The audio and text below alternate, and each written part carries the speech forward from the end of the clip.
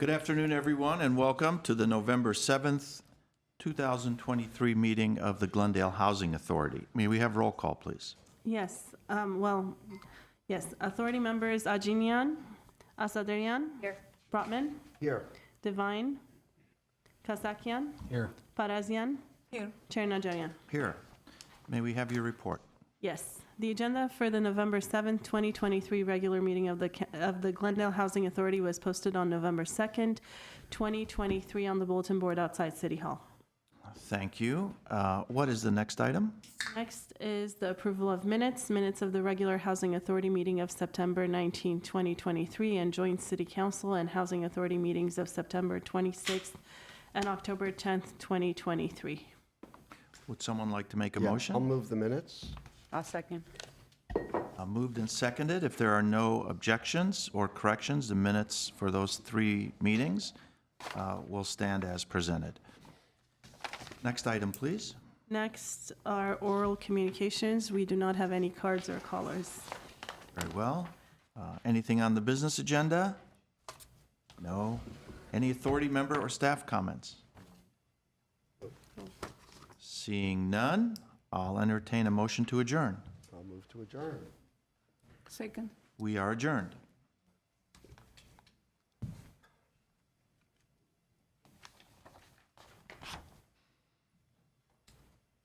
Thank you.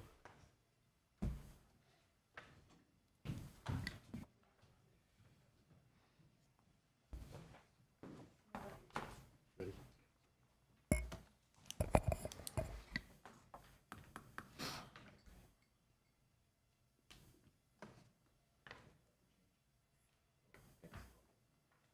Are we on? Okay. Good afternoon. Welcome to a special meeting of the Glendale City Council. Being called to order on November 7th at 3:05 p.m. May we have roll call, please? Yes, council members Asadarian, Here. Divine, Kasakian, Here. Najarian, Here? Mayor Brotman. Here. Thank you. And your report, please? The agenda for the Tuesday, November 7, 2023 special public meeting of the City Council was posted on November 2nd, 2023 on the bulletin board outside City Hall. Thank you. And our one and only item?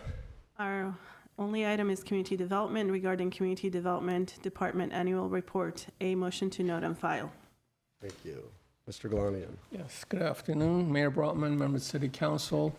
It's that time of the year that we have done this in the years past. An update report on Community Development Department's annual report. Today will be for fiscal year 22-23. Wanted to congratulate every single member of this department for having done a tremendous job this fiscal year, despite all the personnel challenges as far as staffing shortages and turnover. They've been able to manage this department and operate it in a very impressive way. As you can see by the numbers, the presentation that you will hear today, Mr. Calvert, the director of the department, will present it to you, and the data is available in this attractive document. They'll be available to the public as they wish to pick one up and browse through it. With that, I'll turn it over to Mr. Calvert for the presentation. And by the way, we're not seeking any action on this item. Thank you. Good afternoon, Mayor Brotman, members of City Council. As the city manager noticed, this attractive document that you have in front of us is our annual report. It's changed its format a little bit this year. It's been beefed up with the amount of work that the department has completed. And before diving into this, I just want to give a special recognition to one of our staff members in economic development, Sevak Dashowian. He is the one who actually put together this report and this PowerPoint that you're going to see. This is something that he made from scratch. If he could stand up just so we can all acknowledge him for the work that he put into this. You did a fantastic job in coming up with what I believe is a kind of new and creative and kind of whimsical and fun layout compared to our very much straightforward one we had last year. So hopefully we'll kind of keep this trend going forward.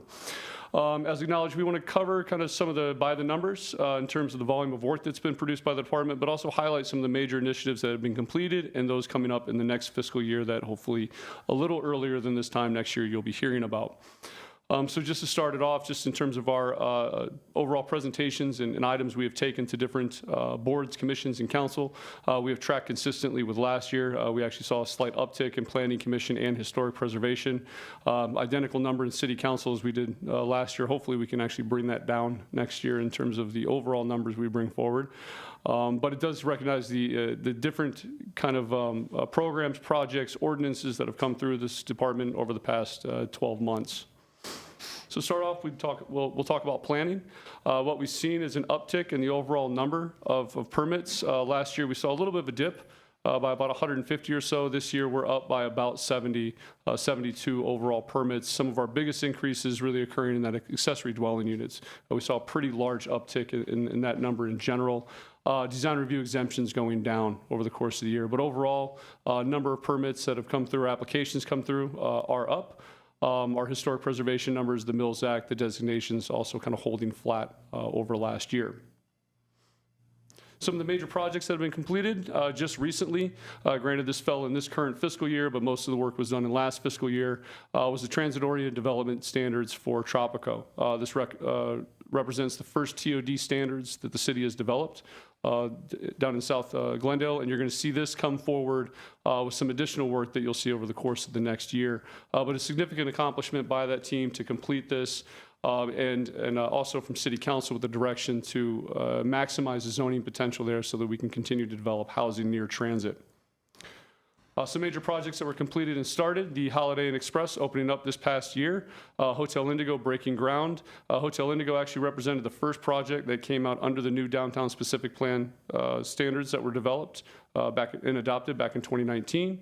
Overall, when that passed through council initially, unanimous support for that overall design, as I think we were able to bring together a better aesthetic quality and better community benefits from that project than what we'd seen previously. A quick question. Yes. What other hotels do we have in the pipeline? Ani is no longer a hotel project, I understand. Correct. That is going to be a multifamily project that you'll be seeing next week. We have some that have gone through a stage one, I believe it was a Hilton expansion project. We'd have to go back and take a look if there are others as well. The adoption of the housing element, this was a significant accomplishment, something that took a lot of back and forth with both the community and State's Department of Housing and Community Development, but a major lift. This is something that many cities at that time had not achieved, had not had theirs adopted, and that was a significant accomplishment from our planning team to get that completed. Not always the easiest process, but we have a great plan going forward. And as you'll see in the coming months, some of the other projects that we'll bring forward helping to achieve these numbers. It is a substantial amount of housing that we'll need to accomplish in this period, but we do believe we have a number of long-range initiatives coming forward and a number of major projects, including one coming next week, that will help us put a significant dent in those numbers. The Verdugo Wash visioning wrapped up last year. The state has allocated an additional $6 million for us to move forward per council's direction to continue looking at that overall route and how we can turn that into a multimodal transportation spine, public open space, and also some sustainability improvements as well. We are preparing to release that RFP here following Thanksgiving so that we can get into that second phase of work. In the meantime, staff continues to meet with various neighborhoods. In fact, we were just at the Verdugo Woodlands just a couple weeks ago. And this project will actually be handed over to our newly minted Deputy Director of Long Range Planning, Vilya Zimitaitis. We're also in the process of updating our circulation and land use element. On October 12th, you're going to get an update of this. This is something that we've been working on for the past year. This is really work that's going to help us make sure that our overarching policies and our aspirational policies for transportation are in line with the many different projects that we have going on or completed. As you know, we recently adopted the citywide pedestrian plan. It's a fitting tune, actually. That's for this evening. We are in the process of updating our bicycle transportation plan and a number of initiatives also coming out of Public Works with their citywide traffic study. So making sure that this overarching document is consistent with the goals and the visions of this council as well as those projects. The land use element, we've had many conversations around the zoning potential in the city. How do we achieve things like missing middle housing? Those are things that we'll have discussions on December 12th, but this has been a big effort that's been going on. Was held up a little while from the housing element, but we've been back in full swing on that, and you'll get an update later on this year. Entitlement process improvements. This is one of the big initiatives going forward. We have completed our interviews with our outside stakeholders as well as city staff to identify opportunities to improve these processes. We'll be coming to City Council on November 28th to get your feedback. There's some preliminary concepts and ideas in there, but we're looking to get more information from the City Council in terms of how we continue to move that forward. There's certain things we've already been putting in progress that are internal facing, and we've seen some improvements in terms of some timelines, as well as just overall customer service. Something I would like to applaud both the building and safety and the planning team for. We recognized we needed improvements in terms of communication, customer service. They've definitely stepped up to that challenge. And we have seen what I would consider to be some major improvements in terms of our communication and relationship with many of the outside stakeholders and applicants. And then lastly, from the planning multifamily development standards, this is something you'll also see next week. This is really building off of the Tropico development standards. It means for us to be able to create some objective development standards while also making sure that the multifamily corridors are achieving their maximum potential. This is one area that was very important to the adoption of the housing element, making sure that we can truly meet that full capacity and also make sure that we have attractive designs, attractive buildings going forward. Our Building and Safety Division, this is one where we saw some pretty significant increases in numbers. Granted, these have been amended if you still have last year's report. We did have to update these based on the way we're tracking and calculating information, plus the transition over to our InterGov system. But we saw a pretty significant leap in the overall number of applications that are submitted. We saw a pretty big leap in terms of inspections completed and scheduled, and the plan checks completed as well. We saw some significant jumps in. So overall, that is trending upwards in terms of number and volume of work. And again, the prior year's numbers have been corrected based on the prior report. We had some incorrect calculations in there for last year. I'm Mr. stuck Talbert? here. Do you have numbers for how many are pending on these? Well, that would be the overall applications submitted. We'd have to go back and parse that out because some will carry over year. We could go back and take a look, and I could provide that to council at a later date. Aram, I am stuck over here. I'm not sure if it's, there we go, perfect. We continue to work on the customization of the land management system, or InterGov, trying to make sure that that is the most user-intuitive system that we can. We are in phase 2, essentially, of trying to identify opportunities where we can make that system work better. We've heard from our customers, certain things such as over-the-counter permits were not quite as easy because you did have to submit through that portal. The work did have to be assigned and then distributed. So one of the major initiatives we have coming up is the return of instant permits or over-the-counter permits. We've already rolled that out for solar applications. We'll be rolling that out for smaller ones, water heaters, simple roof improvements, things of that nature, so we can get back to processing some of those things much, much quicker. We have heard from our applicants that that's something that was a bit of a challenge with the new system. But this is something, working with the InterGov, we're going to see consistent kind of rollover of changes, improvements, and we'll continue to bring those about over the coming months. Question. Yes. The residential solar permits, that's through that, what's it called, Solar App Plus? We actually ended up not using Solar App in order to get that done. We were able to achieve that in-house, working with our ISD and building and safety team. We were able to get that launched in time. We had until September, or end of September to get that launched. It's now up and it is live. In fact, we issued our very first one, I believe, mid-September for instant How permit. many have we have gone through that? I would need to go back and check that specific number, but I'll make note of these and circle back with council. Seeing a lot, or a lot going through it, or a lot getting rejected because they're not meeting the... I don't believe we've had any rejected. Again, as long as they provide kind of baseline information, basic information that we need, they move forward. So we're not asking for too much in regards to that. Otherwise, that would kind of defeat the intent of the instant permits. Okay, I would like to know more about how that's going. We'll get you some numbers and send that out to City Council. Our Economic Development Division, been quite busy this year, especially in assisting businesses. We have a total of 461 businesses that we have worked with in terms of providing assistance. And that assistance can come in a variety of fashions. Site selection, working with our new foreign direct investment campaign that was part of our economic development strategic plan, our business concierge, working to help get permits through that process, in an efficient, timely manner, and then marketing and just kind of connecting to general resources. We've actually seen a growth of our sales tax year over year, 12% during this time. And then economic development has really worked hard in terms of putting together a number of different events to assist our businesses. A number of different webinars, Tech on Tap. We saw our Small Business Summit get launched this past year. I'll touch on that in just a little bit. But overall, we've had about 1,600 participants in the various different events that we have hosted. ArtSock Creative continues to evolve. These are the storefronts along ArtSock. We've seen two new tenants come in this past year. Union Jacks Tea is one of them. Women-owned LGBTQ plus business. There we go, got that out finally. Who's really focused on imported goods such as loose leaf tea and plants from the United Kingdom. It kind of brings a little bit of a different element than what we had seen on ArtSock before. And also going along with Paperback Brewery, bringing more kind of entertainment, beverages, food, things of that nature, and allowing us to continue to pilot to see what would work. As we'll acknowledge later on, this program has actually taken home several awards this year, and we continue to see an evolution of the type of businesses that move into that space. A question on that. The Paperback and the Glendale Room, are those temporary? Are those pop-ups, or are those longer term? They started as pop-ups. The intent was to be 6 months. If it's successful and it's working, we allow them to stay longer. Glendale Room is still there. Excuse me, not ArtSock Creative, but Paperback Brewery is something that's just starting. So we'll see how that works with them and how long they would like to stay. And they don't pay any rent Correct. to us? That's a program that we started really to kind of keep that area activated, if you will. Being that we're still working on securing that construction contract to improve and overhaul that street.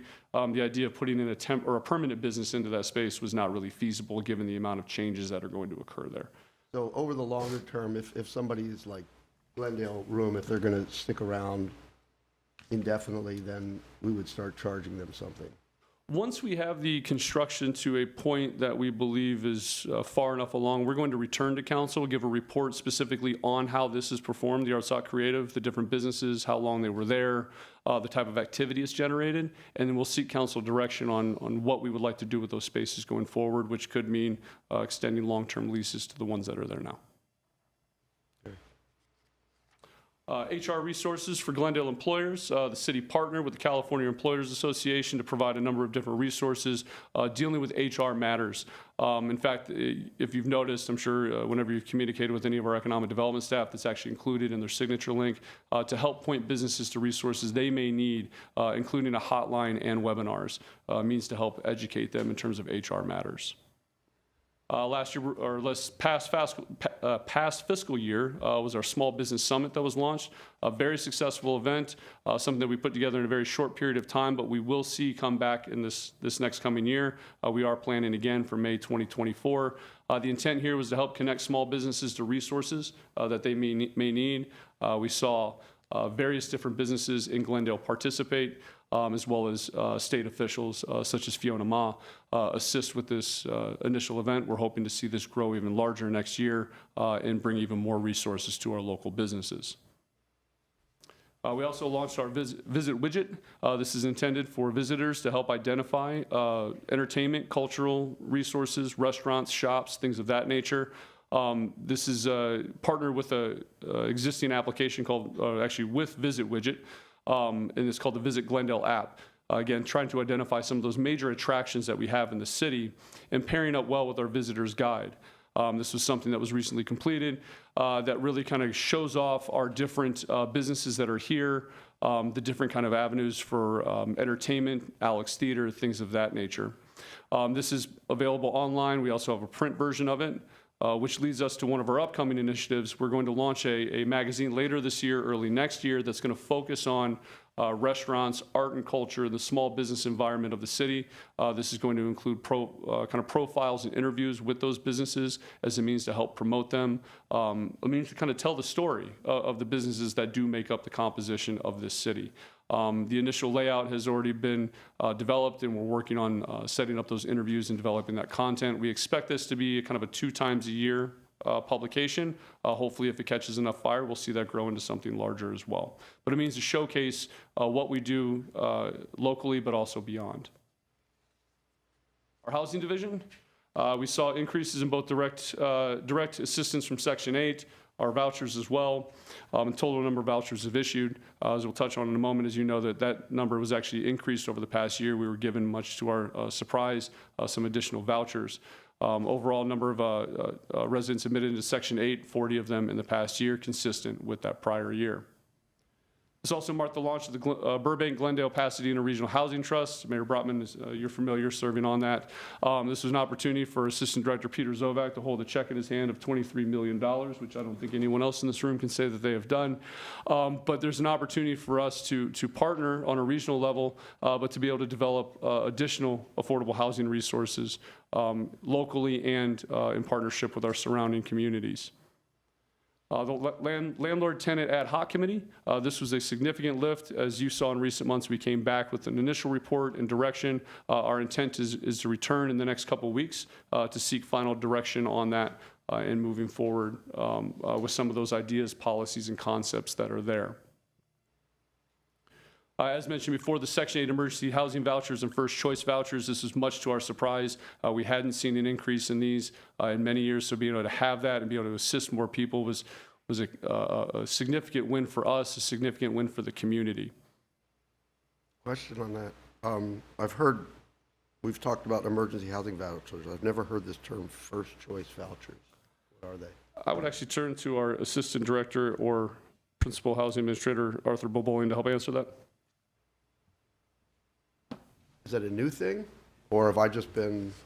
Good afternoon. No, Out of the loop. it's the name that HUD provided to the 27 vouchers that they issued to us, those additional vouchers. They were not for special categories, but rather than just enroll it into our existing Section 8 vouchers, they gave it this particular name. But it has all the same. Same features, features. yes. And there's no time limit on it, so it'll be with us indefinitely. Oh, okay. Thanks. We also saw the groundbreaking of the affordable housing development at Pioneer. In fact, if you go by there now, a giant hole in the ground, but a significant advance in terms of what will be 340 total units, 1 and 2 bedroom units, as well as studios. This will be for low-income families as well as seniors. This will be the most significant affordable housing development in Glendale. At one point, it was the largest in the state. It may still be the largest in the state under construction, but a big win for the city and great work by our housing team to get a project of that scope and scale started. Recently, you also approved the RFP on the selection of the consultant for the Piedmont Affordable Housing Project, another great opportunity for us to add to our portfolio and our inventory for very low and low-income seniors. And then lastly, for housing, identified as, again, a high-performing agency with the United States Department of Housing and Urban Development. This represents, I think, embodies, if you will, that entire housing division. There's been several opportunities I've had to speak about the work they've done. I do firmly believe that there's not another housing division in Southern California that is doing as much as ours is, with the number of projects that are ongoing, the work that they do with Section 8, the new policies and programs with your guidance that they were able to implement and move forward. They continue to, I believe, set the gold standard for what we do in affordable housing. Our neighborhood services team, one of the significant accomplishments we've had here is being able to clear out our backlog, being able to work more efficiently. We'll see some opportunities for us to go back to some different manners of working in terms of working in geographic areas so that residents and businesses will have a reliable and trustworthy face, if you will, somebody that they see more frequently who works in that area. We've also seen some additional, actually an uptick in renewals for BRCs. Actually, I'll touch on that point in a minute as we launch into a wider program in terms of advancing securing those BRCs. That's one of our major initiatives coming up in this year.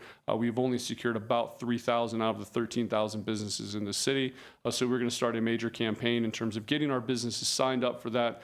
That's going to be important for us because that's going to help give us the information that we need, especially from an economic development perspective of the kind of businesses that are here, the scope, scale, and size. We've also worked to really kind of reduce and streamline the process for BRCs to make those easier. At one point, we were asking for quite a bit of information. We were also making that rather challenging for many people to move forward with. So I believe we have cleaned that up, tightened that up prior to us launching this campaign to secure those citywide. And then our administration division really helping to lead us in terms of our evolution in training of our staff. We've completed over 1,000 hours of various training services across the department. One of those leading off with the customer service training. That was something that we led off as a significant charge for this coming year. And something that we also heard from City Council. But various conferences, various training sessions to, again, assist our staff members in being better technical experts, but also improve our own customer service. We also brought back our department retreat, something that we had just completed a few months ago. The Alex Theater being led by our administration division as well. In fact, you'll see something coming out later this week for some updates on the scheduling and the calendar of the events that are coming up. But in this period of time, we've actually seen one of the shows, the Wild Honey, the Nuggets. I think here it states one of the top 10 shows in LA. Variety Magazine actually named that one of the top 10 shows in the country when that article came out. So some good recognition for the theater, some of the shows that are occurring there. And some of the things that we have to look forward to. And focusing again on customer service, we centralized our calls, coming into a single hub, if you will, location for our for our planning and our building and safety divisions. Really trying to reduce that frustration of calls going into the incorrect division. And making sure that they get directed to the correct person so that by the time they do get to us, they are not frustrated because they've been bounced all over the place. Just one kind of simple, small step that we were able to make that I believe has led to some drastic improvements to our overall customer service. And then what I'll close out with is that over the past fiscal year, 8 awards for the Community Development Department. We've seen 3 from APA Los Angeles for the Verdugo Wash Visioning, ArtStock Creative, and the Citywide Pedestrian Plan. We also saw all 3 of those take home the state level awards, which now makes us eligible for the APA National Awards coming up in April. We also won 2 awards from the California Association for Economic Development. That's for the ArtStock Creative Program. And that is also for our 3-year economic development strategic plan. As a side note, we didn't include it here because hopefully that'll be on next year's annual report. But we were nominated as one of the 5 most business-friendly cities in Southern California, and tomorrow they will unveil the winner of that. So that concludes my presentation. Before any kind of comments and questions, I'd like to just thank this entire team. I know a number of them here are represented in this room. It has truly been an honor and a privilege in this past year to be able to work alongside with them. Some of the things that we've accomplished, some of the things that we've changed. We have a number of things coming up in this coming year as well, and I hope that this report will continue to grow. But I'm very grateful, very thankful to be working with the team that we have here. Otherwise, I'm happy to answer any questions or comments that you may have. Questions, anyone? What's that? Oh, please. I'm going to hold my big thank you to the end. But a couple of things that I know you briefly mentioned the historic preservation numbers. They're more than doubled this last year, items that went to historic preservation. We saw an uptick from 15 to 22 for items that have gone to the Historic Preservation Commission. Is there a theme on that? Like, is it single-family homes? Is it? Well, we had the historic district streamlining process this past year, so that involved HPC engagement. I'd have to go back and take a look at what goes to them, but it doesn't always necessarily mean specific projects or applications. There's a number of different things that team has been working on, such as our historic district team brochure, as well as the streamlining process. It seems like there's a lot more activity in each of the departments. How are you doing with staffing? I would say that we could always use more, but we have fully staffed up, for the most part, our neighborhood services team, our housing team as well, and we're in process with planning, building and safety, and economic development. We have a number of recruitments ongoing right now. I have a couple more notes. One of the main things I've been hearing a lot over the last year is the amount of time it takes for GWP to come out for meter checks after a project has been approved. How is GWP and planning and building and safety working together on this? And do you have any ideas on how we can resolve this issue? Because I hear people waiting 4 months, 5 months. I mean, I can't imagine having a home ready to move in and then I have to wait another 4 or 5 months and pay rent and mortgage and whatnot. Proactively, our building official, R.S. Sargisian, has been working with GWP to identify opportunities to reduce some of those timelines. Specifically, are there things that have to go over to GWP to begin with? But when we come back on November 28th, we have a number of recommendations on how we can improve and kind of break down some of, I guess you could say, silos in regards to working with various departments and how we can make that work better to decrease timelines. What's the current system like? I'm sorry. What's the current system? So someone gets their permit and then they have to go to GWP and GWP has to send someone out, or? It's part of the review process. It depends on the project, if someone needs to go out or not. There's different things. It's not just going out and doing meter checks or whether or not there's upgrades. There's various different things that they may have to look at. We are working with them in terms of trying to take some items out of their queue if they do not fall into an easement, rather than having them review it for an easement. We are also making modifications for when there are resubmittals and other projects so that we don't have some of these projects. They're not going to divisions or departments that they don't have to go to, and that's going to be acknowledged up front upon resubmittal, hopefully to cut down some of that timeline. Councilmember Sadrian, in addition to that, the biggest challenge as far as permits are concerned with GWP has been spotting meters, right? And they've also suffered from shortage of staffing. They're working on potentially hiring temporary employees so that we get over this bump, as well as maybe outsourcing that service. And like Mr. Calvert mentioned, in collaboration with Mr. Sargisian and his inspectors, that perhaps some of that work can be done and conducted by our building inspectors, whereas we will not require a GWP inspector separately to go out and spot these. But they're working together. There are options. We are hiring additional technicians. So this is a temporary challenge that we're facing, but in coming weeks, months, not weeks, coming months, it should improve. You know that part of that's coming on November 28th? That will be a discussion point, and there will be recommended things that we can investigate and analyze to cut down those timelines and how we work together.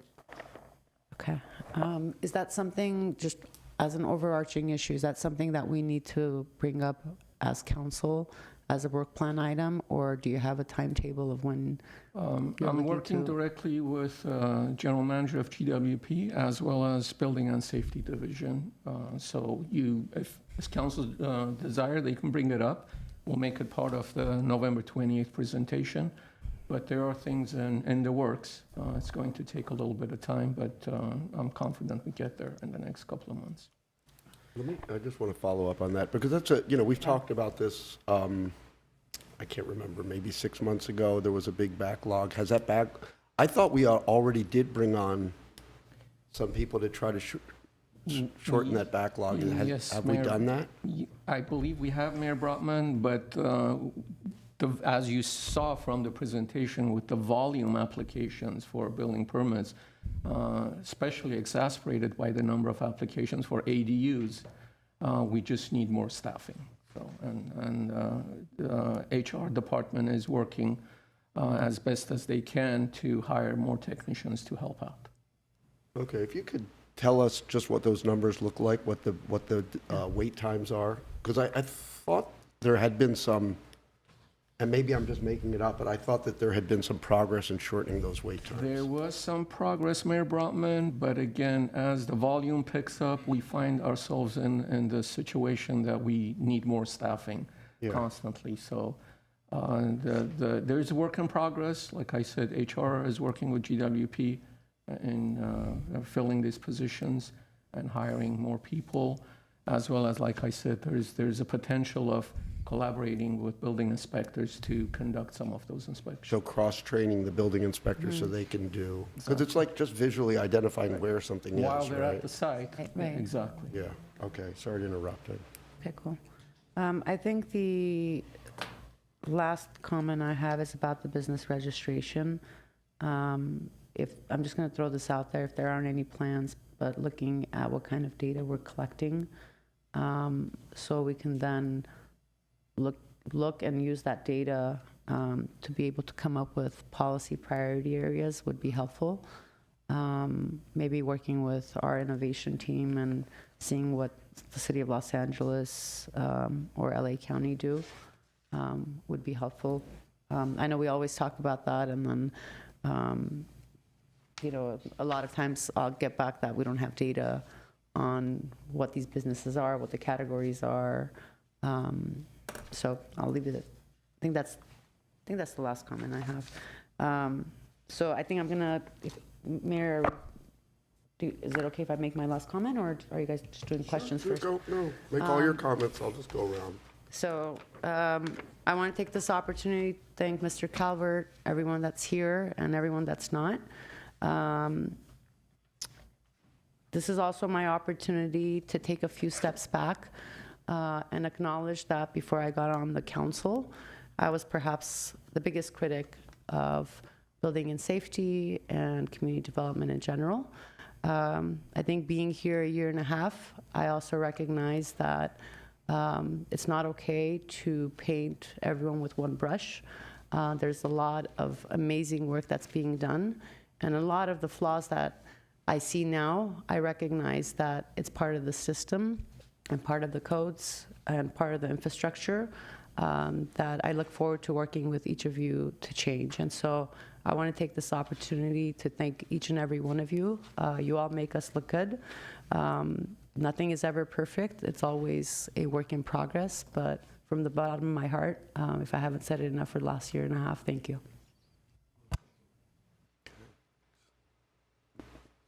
Any questions, comments? Yeah, sure, I can go next, or Councilmember Najarian, do you have any? Go ahead. No, I just happened to be looking that way. Okay, sure. First of all, thank you for this. I think that it's good for us to receive these updates every so often and engage where we're headed. And I think overall, this department is headed in the right direction. I believe many members of the community are noticing marked improvements, so congratulations to those who are working hard to make those changes, putting them into practice, and making sure that we're working in the most efficient ways possible. I was taking some notes, so I'm going to ask them. Some of them are a little out of order. So I think that a magazine is something that I have a question mark about, only because we see print media going the way of many things that have gone extinct.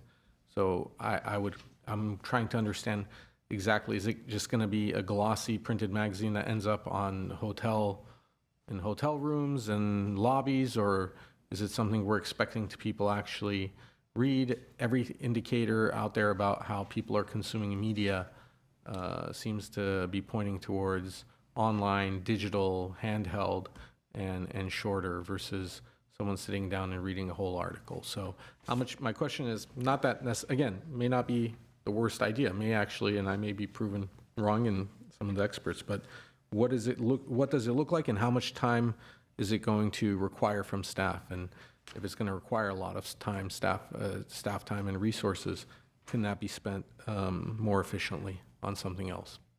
A couple parts to that, Councilmember Kasakian. If I probably didn't make that clear enough in the original, presentation. There is a digital component to this, obviously, and that would be the leading element to it. It wouldn't just be for print. In terms of staff time, given how well that staff works, in fact, one of the staff members, Jennifer Coronado, who came up with this layout, works very efficiently. We do not have concerns in terms of eating up time. I think even more importantly, what it does, it gives us a chance as staff members and as a team to be able to go out there and meet with these individual businesses, get to know them on a more personal level, understand how it is that we can help them, but at the same time also help promote them. So I think there's a multifaceted benefit to doing it. We've seen it done in other cities quite successfully. So I think there's an opportunity here that it's low risk, low investment, potentially high reward that we could bring from this. Okay, as long as it is low investment, because again, I can see it as being a useful tool if you're going to conferences or you're talking to certain types of investors or people who are looking at Glendale's market to have. But in terms of raising the profile of Glendale, I can tell you personally, and I don't know how many folks here from staff can agree with a statement like this. When I'm You know, whereas I used to look at certain print publications for new places I'd like to visit or check out in and around Southern California, now there are so many video bloggers that, whether it's on Instagram or on other platforms, are recording these brief videos that, you know, you just save and then you look up through a search engine and then you go and find. And I'm actually noticing some heads nodding in agreement, because that is pretty much the way most of us are exploring our surroundings nowadays. Office vacancies, I'm glad that we put the rankings, or we put in the statistics down, but I would like to know how we rank in comparison to markets that are similar to us, in particular to neighboring cities. So we have an idea as to whether we have too much, too little, you know, where do we compare with others. Code enforcement is an issue that I think that we need to refocus on. I believe that we need to dedicate some more staff to, and if that means that we have to have a discussion about this in the upcoming budget study sessions, we should. You know, we are seeing a lot more graffiti. We're seeing a lot more shopping carts. We're seeing a lot more litter and other neighborhood concerns, the things that, you know, you would see in other jurisdictions, bless you, but you would not see in Glendale as frequently as we're seeing them now. I think are impacting some of the image of our city. So whatever we can do to take care of, I mean, it's a little bit like the broken window approach of making sure that the city looks the best that it can, versus walking by and seeing abandoned shopping carts that are now, I've seen them in almost every part of the city. So I think we need to rededicate ourselves to some of those smaller things and make sure that we're all engaged in reporting them when we see them. I think we had a discussion about this earlier today, about the standardizing of plans for accessory dwelling units, and hopefully we're having something that'll come back to us that will be similar to what some other neighboring agencies have in LA. There's a menu of certain plans that if you come to the city with those specific plans, that you're going to have faster, fast-tracked. So I think it's time in Glendale. Previous, you know, your predecessors and others had told us that, well, Glendale is different. You know, every parcel is different.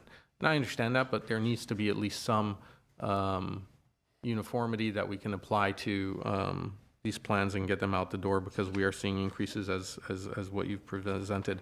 Last thing I want to bring up, well, there's two things. Verdugo Wash Visioning and the $6 million, can we get a breakdown of how that's going to be spent? $6 million is quite a large figure, and I understand that we've done a visioning study, it's going into the next phase.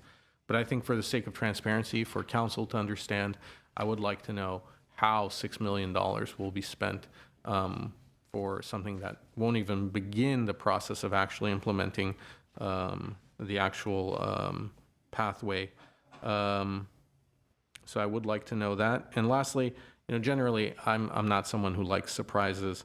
So given all this that you've presented to us and this outlook, is there anything that you anticipate could possibly go wrong either in the market, or what could possibly surprise us so we aren't surprised when it happens? And I'm not asking you to use a magic 8-ball, but, you know, we're seeing certain trends in the world of finance. Loans are becoming harder for people to procure. What type of construction are we seeing more of, less of? What is a surprise that you are seeing with your expertise coming down that you're anticipating or trying to prepare for?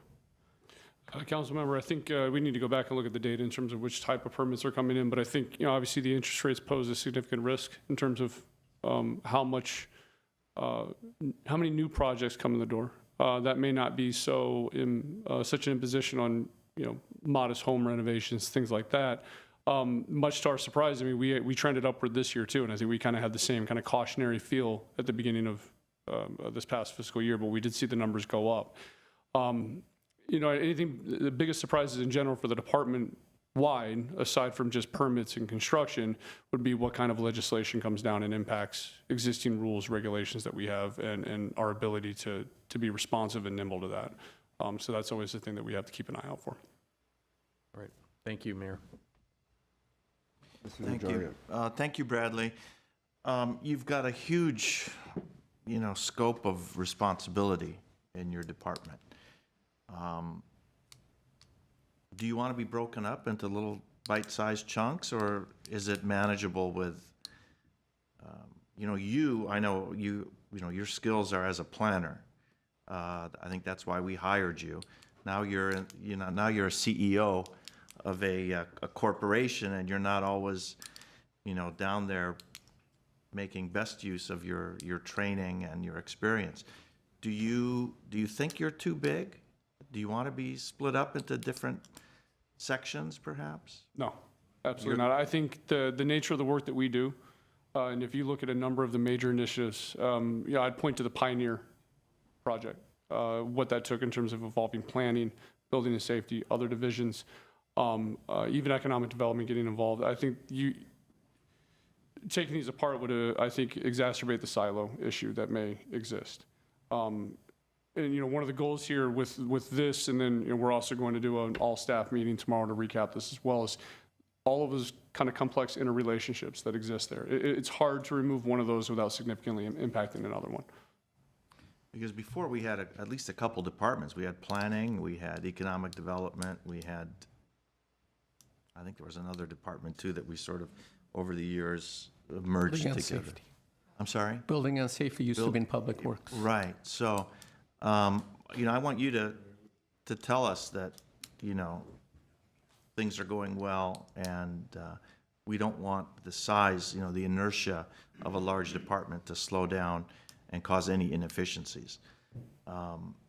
Council Manager, and appreciate the sentiment and the concern. I would add that Mr. Bradley also has assistant department directors, very competent department directors that help out with running individual divisions. Okay, so that was my next comment. Could you please call out your division heads and ask them to stand up, and we can put a name with a face, although I know most of them, but I'm not sure. I didn't realize that many of them are now heading divisions. So I know you talked about Peter Zovac Yes, and Ara Sargisian, our building, but why don't you just go through it so we know who they are and we know who to call. when President, we have something Shua happens. Vang. She's our Deputy Director of Economic Development. Why don't we, I believe can you're I supposed to just add to that? Friendly amendment would be, have the person stand up, have the team stand up also, just so we can see who's here. And If you Yeah, brought your good. team members with you. So we have two deputies there. Mark Berry is another one of our deputy directors. He actually oversees the concierge service. Oh, I thought we were going to do one by One one. at a time. Yeah, one at a time. then they can 'Cause sit when they're down. all- When they're all up, I can't. Let's up with the law enough standing up. So. All right, we'll start with Shua Vang, Deputy Director of Economic Development. Okay, Okay, that's, thank okay. you. Mark Berry, he's also Deputy Director of Economic Development, but he oversees the concierge functions that we have. Peter Zovac, who is our Assistant Director of Housing. Peter's been there for ages. Thank you, Peter. We know you. Which is a good thing, trust me, coming from someone who's been here. Standing with him actually is Arthur Bobolian, Principal Housing Administrator. Is Mike Thought I saw Mike. Fortney. Yeah, I thought I saw Fortney him. could stand up. He recently Be minted, shy, we want to see, we want to give credit when credit is due. recently minted Deputy Director for Housing. Trying to make sure I call out all the ones that are currently here right now. I'm Velia Zematitis, actually, Deputy Director for Long Range Planning. That is the new division that we've kind of parsed out to focus on those long range planning initiatives. I'm not sure if Eric Kraus is here. I don't see him back there, but he's our Deputy Director for Current Planning. Ara Sargisian, our building official, as well as our Deputy Building Official, Mira Lotsky. And then Tamar Sad, our Deputy Director, she oversees our neighborhood services functions as well as administration. And I would actually like to acknowledge Joseph Rodarte as well, our Principal Permit Administrator. He's going to be very key in terms of moving a number of things through. We do have two additional principals here, Jay Platt, Historic Preservation, Kristen for Current Planning. So Okay, that all right, rounds out well, most of our thank senior you. management Doing a team. good job.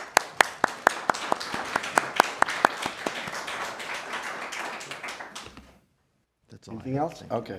Okay. Just a few things. I did want to bring up code enforcement because you didn't really talk about it. It sits in neighborhood services, right?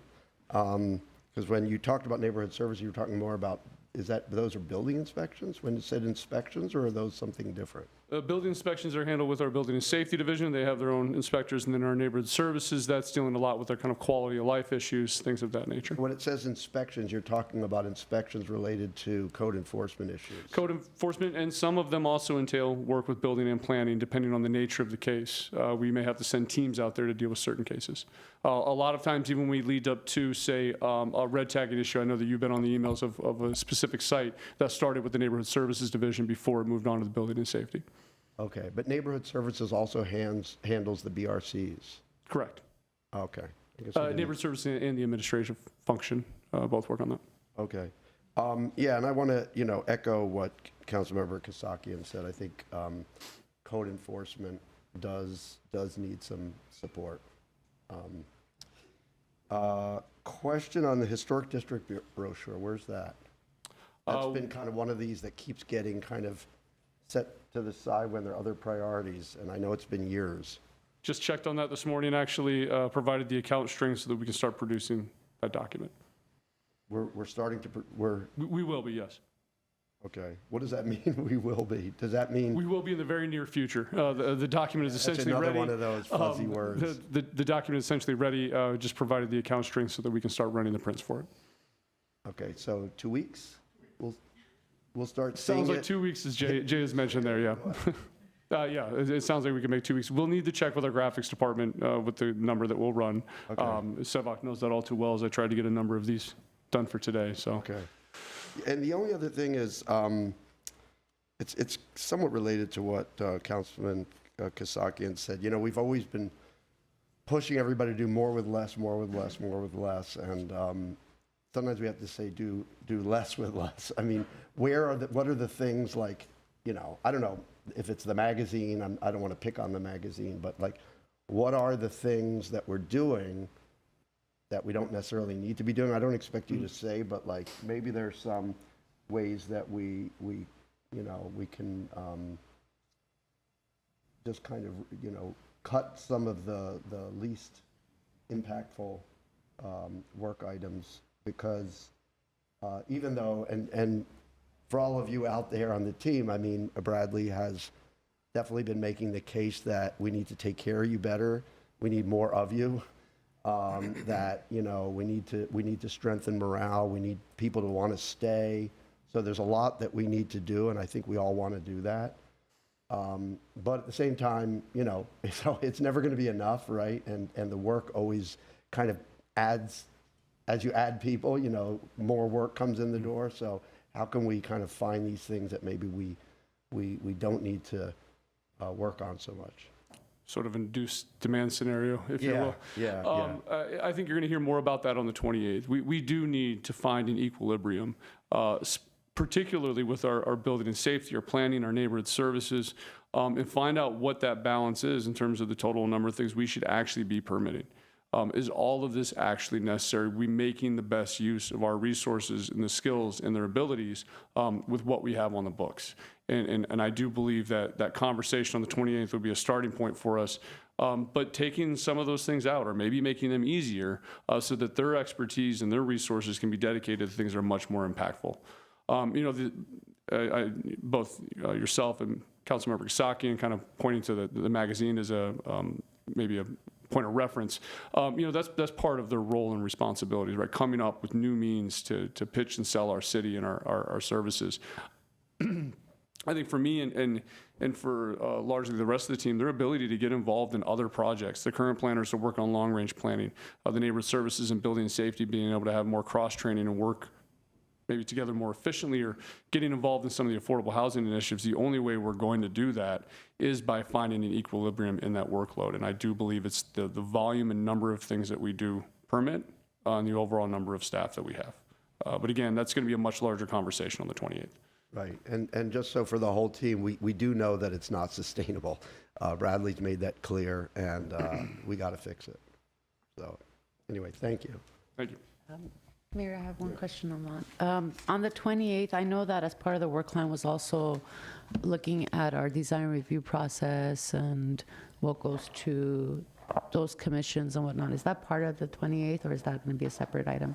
All of that will be part of the conversation on the 28th. Anything process-related, permit-related, inspection-related, things of that nature.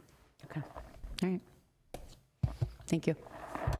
Okay, with, we're not voting on anything, it's not a note and file. Okay, so I'll just say thank you again to you and to the team, and I chuckled a little bit when the slides started to animate because it was pretty creative. I'm not sure I understood how all the pictures related to the story. There was one slide that had kind of like a cloak and a mask and a dumbbell on the bottom, and I wasn't quite sure whether that was trying to say something, but it was all interesting to look at. So thank you for that.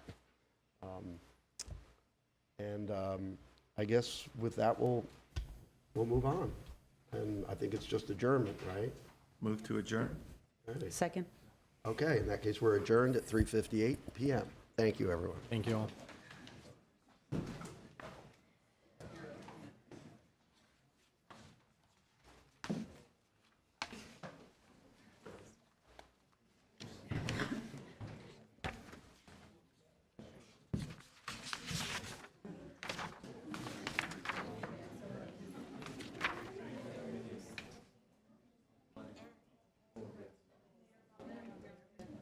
What's that? Oh, right. And I almost forgot. Okay, so we'll call to order the Glendale City Council for closed session, November 7th, 3:59 PM. We'll start with roll call. Thank you. Council members Asadrian, Here. Divine, Kasakian, Here. Najarian, Here. Mayor Brotman. Here. In your report, please. Closed session items, closed session item A, conference with legal counsel, anticipated litigation, significant exposure to litigation pursuant to paragraphs D2 and E1 and 2 of Government Code Section 54956.9 to potential cases. B, conference with real property negotiators, city negotiators attending the closed session are Rubik Golanian, John Tahtalian, Bradley Calvert, Jason Bradford, Michael J. Garcia, and Jillian Van Meiden. Property location approximately 3720 SF lot at the northwest corner of North Central Avenue and West Glen Oaks Avenue, adjacent to 1015 North Central Avenue. APN 5636-007-903. Negotiating parties, Western Diocese of the Armenian Church of North America. Instructions to the negotiators will concern the price and terms for the sale of city-owned property. Thank you. And do we expect to report out on any of these items? Mr. Mayor, we don't anticipate reporting out on either item, and I would note on item 1A, it's going to be one case. The second one's being continued to next week, and the facts and circumstances that give rise to potential litigation are regards to pay equity issues involving the office of city clerk. Okay, thank you. And with that, we'll recess to closed session.